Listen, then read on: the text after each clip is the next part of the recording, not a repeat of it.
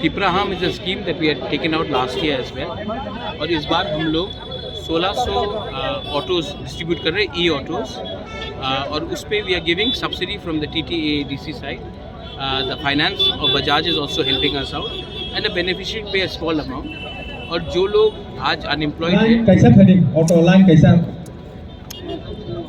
जो लोग आज अनएम्प्लॉयड हैं उन लोगों को भी एक एंटरप्रेन्योरशिप के लिए, उनका एक भविष्य के लिए कि उनका इनकम भी बढ़ जाए, इसके लिए हमने ये स्टार्ट किया है. सेकेंड इंपॉर्टेंट चीज़ है कि दीज आर ई ऑटोज़, तो इसमें आपको पेट्रोल या डीजल का खर्चा नहीं होगा और ये चार्जेबल है, रिचार्जेबल है. तो हमने हर घर में भी उनका ऑटो चार्जिंग यूनिट लगाया है.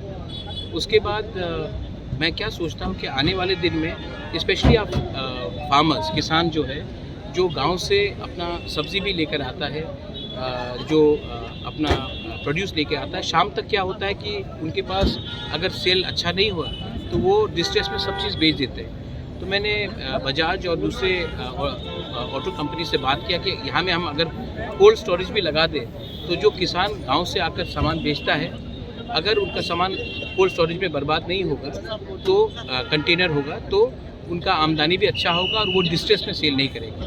मैं असल में त्रिपुरा में हमारा इकोनॉमिक सिचुएशन जो है उसको उठाना चाहता हूँ. जब त्रिपुरा में इकोनॉमिक सिचुएशन उठेगा, हमारा आर्थिक सिचुएशन उठेगा, तभी हम ध्यान ज़्यादा यूथ में देंगे, एक अच्छे कल में देंगे, ना कि पूरा दिन हम पॉलिटिक्स करें. सिर्फ पॉलिटिक्स, राजनीति करने से हमारा भविष्य हमेशा उठता नहीं है. अगर इकोनॉमिकली हमारे लोग उठेंगे तो ही हमारा कल अच्छा होगा.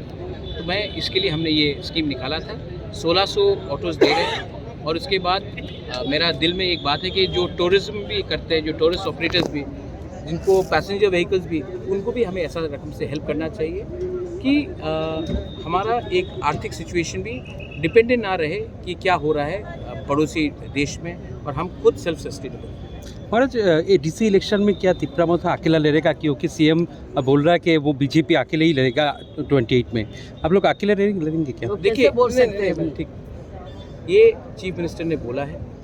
चीफ मिनिस्टर का भी एक अपना पार्टी है, उनको भी अपने पार्टी में लोगों को एक रखना है. तो मैं उनका सिचुएशन को समझ सकता हूँ, उनका स्टेटमेंट को समझ सकता हूँ. मैं माननीय प्राइम मिनिस्टर, माननीय होम मिनिस्टर से हमारा हमेशा बात होता है और मुझे विश्वास है कि वो भी हमारे जनजाति के लिए भला चाहते हैं. मैं भी अपने जनजाति के बारे, त्रिपुरा के बारे भला चाहता हूँ. मैं पूरा त्रिपुरा के लिए भला चाहता हूँ. तो ये पॉलिटिकल स्टेटमेंट्स मुझे नहीं लगता है कि हमें बोलना चाहिए. अगर कोई हमें नफ़रत करता है तो मुझे नहीं लगता है कि मुझे भी उसका रिएक्शन नफ़रत से देना चाहिए. अगर नफ़रत का जवाब नफ़रत है तो हम सब मर जाएंगे. अगर त्रिपुरा का हम भला चाहते हैं तो उनका जो भी नफ़रत हो हम प्यार से जवाब देंगे. और अंत में आप 28 सीट लड़ो या 10 सीट लड़ो या 15 सीट लड़ो या 1 सीट लड़ो, इसका जो फाइनल डिसीजन है वो ना मैं दे सकता हूँ, ना सीएम दे सकता है. वो पब्लिक देगी, जनता देगी. और मैं जानता हूँ कि जनता हमें प्यार करती है और मैं भी अपने लोगों से दिल से प्यार करता हूँ. और ये ओपन है, आप भी जानते हैं कि अगर इलेक्शन होगा तो उसका क्या नतीजा निकलेगा, वो उसमें हम सब जानते क्या होगा. इसमें मैं नेगेटिव बात नहीं करना चाहता. सर, कल शाबरूम पे एक्स एमपी जो है रेवती बाबू ने एक स्टेटमेंट दिया है. वो हमेशा ही स्टेटमेंट दे रहे हैं एडीसी में ऑडिट करा के छोड़ेंगे, और कल भी बोला एडीसी में ऑडिट करा के छोड़ेंगे और आपको जेल भेजने के बारे में भी वो बोल रहे थे. इस स्टेटमेंट पे बारे में क्या? जेल में तो महात्मा गांधी भी गए, नेहरू भी गए, श्यामा प्रसाद मुखर्जी भी गए. जो बोलते हैं जेल में डालेंगे वो अपना नेगेटिविटी दिखाते हैं. मुझे कोई फ़र्क नहीं पड़ता. और जिस व्यक्ति का आपने नाम लिया है वो व्यक्ति इम्पोर्टेंट नहीं है. अब मैं उसके बारे में रिएक्ट करूँगा तब वो इम्पोर्टेंट बनेगा. तो मुझे लगता है कि ऐसे लोग जो स्टेटमेंट्स देते हैं उनके लिए मुझे माया भी आता है, दया भी आता है. जिस परिवार ने पूरा देश अपने आप को दे दिया, त्रिपुरा पूरा हमने इंस्ट्रूमेंट ऑफ एक्सेशन साइन करके हमने दिया, उस परिवार को कोई धमकाए, वो हम डरने वाले इंसान नहीं हैं. और जो वो स्टेटमेंट्स भी देते हैं, Tell him to read the history of Tripura. No, he doesn't even know that. It's okay, man. He does not know, and it is not my job to teach him. He will understand when the people give him a response.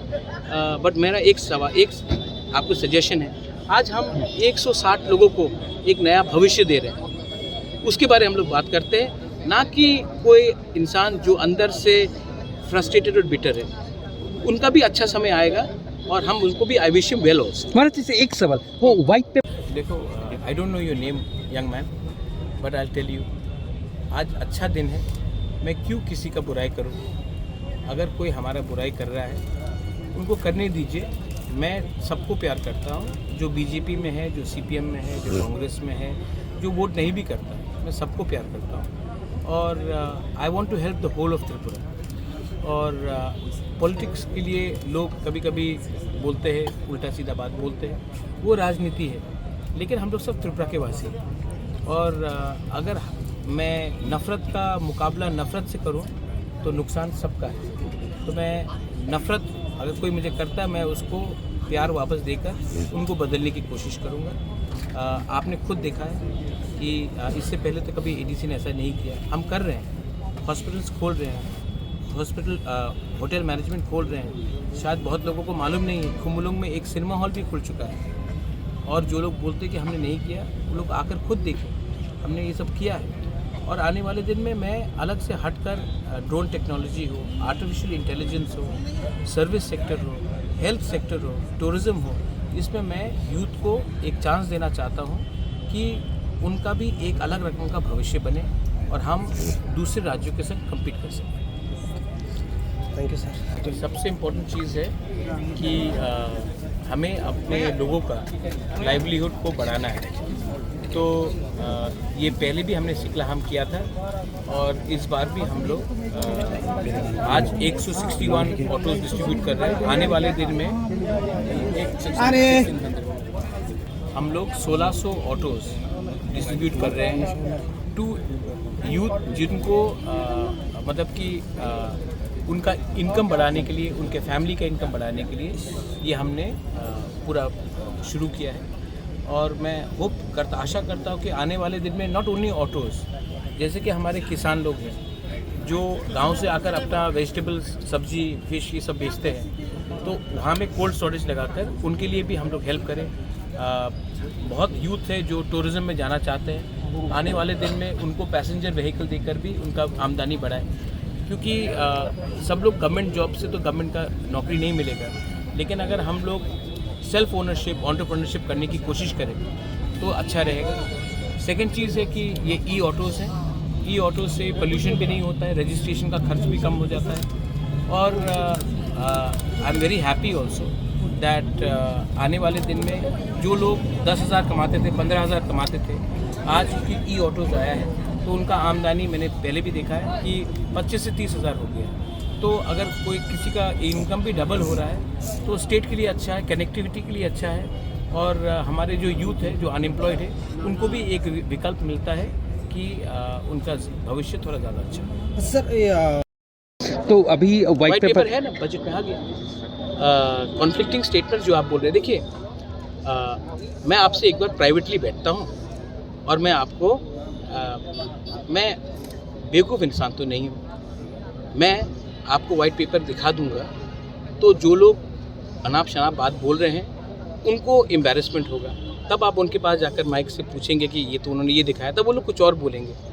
सच बात है कि अगर त्रिपुरा में तिपरासा का भला होगा तो पूरा राज्य का भला होगा। आज के समय जब बांग्लादेश में हमारे माइनॉरिटीज़ को, बुद्धिस्ट हो, क्रिश्चियंस हो, हिंदू बंगाली हो, उनको मारा जा रहा है, जिंदा जलाया जा रहा है, हमारा ज़मीन को लिया जा रहा है, और हम लोग त्रिपुरा में हाथ नहीं मिलाकर हम लोग एक दूसरे से फाइट कर रहे हैं, तो हम क्या दिखा रहे हैं अपने पड़ोसी को कि हमारे बीच में अनबन है और ये लोग इसका फ़ायदा उठाएंगे। तो मुझे लगता है कि हमें पॉलिटिक्स के बारे, पार्टी के बारे कम चिंता करना चाहिए, नेशनल सिक्योरिटी के बारे ज़्यादा सोचना चाहिए। 1946 में जब नोआखाली में हिंदू बंगाली को मारा जा रहा था तो महात्मा गांधी ने मेरे ग्रैंडफादर को चिट्ठी लिखा था, और उस समय हमने नोआखाली से जो शरणार्थी थे उनको हमने आने दिया, क्योंकि एक ह्यूमन प्रॉब्लम था। तो आज हमें उस बारे सोचना चाहिए कि आज फिर से अगर जमायते इस्लामी हमारे माइनॉरिटीज़ को मारेंगे, हमारे ज़मीन को ले लेंगे, हम बलात्कार होगा, संपत्ति लिया जाएगा, तो हमारा क्या रिस्पॉन्स होगा बांग्लादेश के खिलाफ। मैंने इसके लिए पहले कहा कि हाथ मिलाते हैं हम लोग, तिपरासा, बंगाली, मणिपुरी, हिंदुस्तान के लोग हाथ मिलाते हैं और हम लोग चाकला, रोशनाबाद, कुमिल्ला, नोआखाली और चिटगांव हिल ट्रैक, हम लोग गोवा का बारे में बात करते हैं। अरे गोवा में क्यों जाए बीच, हमारा बीच तो चिटगांव हिल ट्रैक होना चाहिए। और जिस दिन चट्टग्राम, चिटगांव हिल ट्रैक, ग्रेटर तिपलैंड उसमें हमारा मिल जाता है, तो जो चीज़ आज हम लोग 10 रुपये में बेच रहे हैं उसको हम 100 रुपये में बेचेंगे, और जो चीज़ हम 100 रुपये में खरीद रहे हैं वो हम 10 रुपये में खरीदेंगे। तो जिस दिन हमारा इकोनॉमिक कंडीशन अच्छा होगा, ये पॉलिटिक्स भी कम होगा और हमारा बच्चे का भविष्य भी अच्छा होगा। Thank you.